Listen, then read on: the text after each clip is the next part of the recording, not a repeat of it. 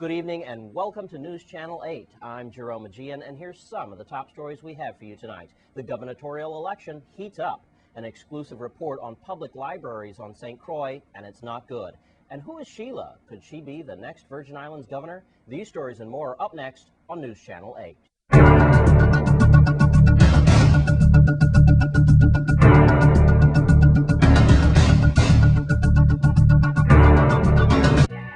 News Channel 8 is sponsored by AT&T.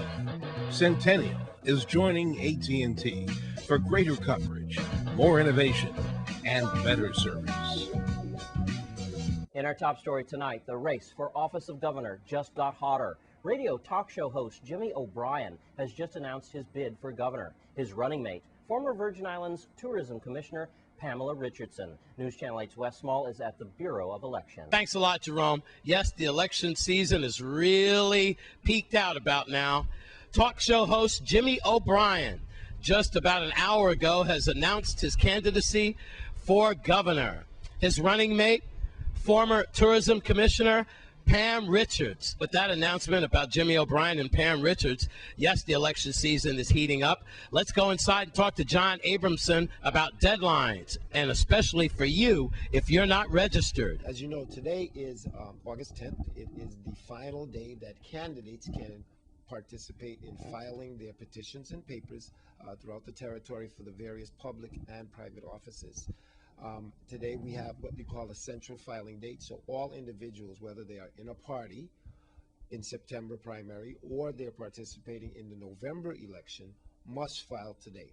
The reason being, we are eliminating the opportunity for a candidate to lose in a primary and then turn around and file another petition and run in the general. So today is central filing date. All individuals running for any office in the 2010 election cycle must file today by 5 p.m. Tomorrow is the final day for voter registration, for the voter registration activities. We will have extended hours today, the 10th, between 5:30 and 7. And tomorrow we'll have extended hours. We'll be here all day tomorrow between 8 and 5, and then we'll have extended hours between the hours of 5 and 7 p.m. tomorrow evening. So we urge the community, the voters, if you are not registered, make your way to the office sometime today, on the 10th, or tomorrow, the 11th, because it is the final day for voter registration activities prior to the primary election. Please go out and vote, okay? And if you need help, make sure you call the elections here at 773-1021. It's heating up. Jimmy O'Brien and Pam Richards, they throw their hats into the ring. It's on now. I'm Wes Small for News Channel 8. Thanks, Wes. Well, the Lottery Department recently helped out our retired government workers. News Channel 8's Lee Carl files this report. A brief afternoon ceremony, mid-afternoon on Tuesday, saw the governor saying that this, for the second consecutive year, ceremonies have been held to signify the commitment to the territory, retired citizens and their quality of life. As a matter of fact, that check of $2,270,000 was presented with Senator Dow, one of the sponsors of the bill, Conrad Ricky Francois of the Lottery, and Austin Nibbs of the GERS, and Ms. Molinar, and officials were on hand, and the governor, of course, as they made the presentation of that check for $2,270,000.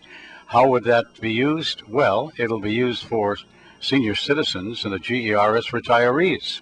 Here is the governor and the rest of the officials. For the presentation of the actual check, I'd like to ask Senator Dow to come forward. Senator Dow is one of the prime sponsors of the legislation, to give a little bit of history on it and its importance overall. Senator Dow. And this could not have happened without working closely with the administration, in particular Governor John Dion himself. And then, of course, the communication, the legislation back and forth with Mr. Austin Nibbs and Mr. Ricky Francois and the people of the Lottery. And just these things need a coordinated effort to make them happen. And there's no way, shape, or form we can make these things reality without having senators who understand what we're trying to do and who are very supportive of what we're doing. So for those individuals or retirees who are receiving direct deposit, it should be in your account. It was promised that it should be in your account by August 23rd. For those retirees that are receiving a check, the check will be dated August 23rd. So you should receive a check by August 23rd or thereafter. So I just want to thank the governor and Senator Ricky for what has been done. This is the second year, and we stand ready to providing assistance over the years. Immensely, and so I think it's only fitting that this be a revenue source to provide them some sort of benefit at the end of when this is all said and done.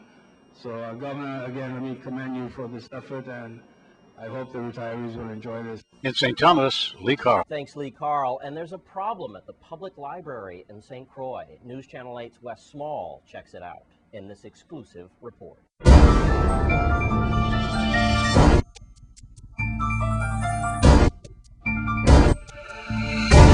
Thanks a lot, Jerome. We have some problems at the libraries on St. Croix. Now, we're at the Eastern Library in Christiansted at the Florence Williams Library. I'm here with Shakima, who frequents the library quite often, and she gave me a call about some complaints. And Shakima, basically, the mold, we just went inside, and what is going on in your mind with the condition of the library, and this one in particular? Really, the library's in a very horrible state. I've been a patron in a library for many, many years. My mother do work at the library, so I've been here all my life, basically since I was in diapers. And the condition just worsens over the years. Every year, nobody ever comes to check out the library to see what's happening in the library. You know, they pass by, they look at education and everything, but here I feel that the library is such a necessity in the islands because, you know, this is where you get your education from. You pick up a good book and read. We stress reading to our children, but yet still we are overlooking the library. I feel that the library is very short-staffed, very, very short-staffed. There's always just a handful of people working in the library. However, that's not even the issue. There's mold in the books. In the children's room especially, there's mold all in the books. You go pick up a book, you have to clean your hands, sanitize your hands because there's mold all over.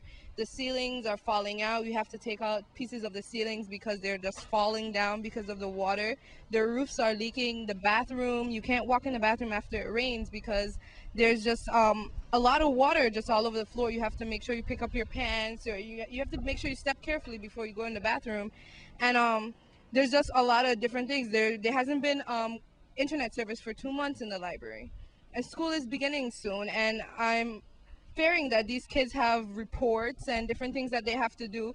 Some of the books are destroyed, so they can't really, you know, look at the books, and the internet is not working. So what are we going to do? When will the internet be up? They have not told us when it's going to be up, when it's not going to come back. You know, we just come one day and there's like a sign on the door saying the service has a little interruption and they're moving one server to the next server in St. Thomas. However, I don't think it should take 2 months, you know, 2 months that the library is down.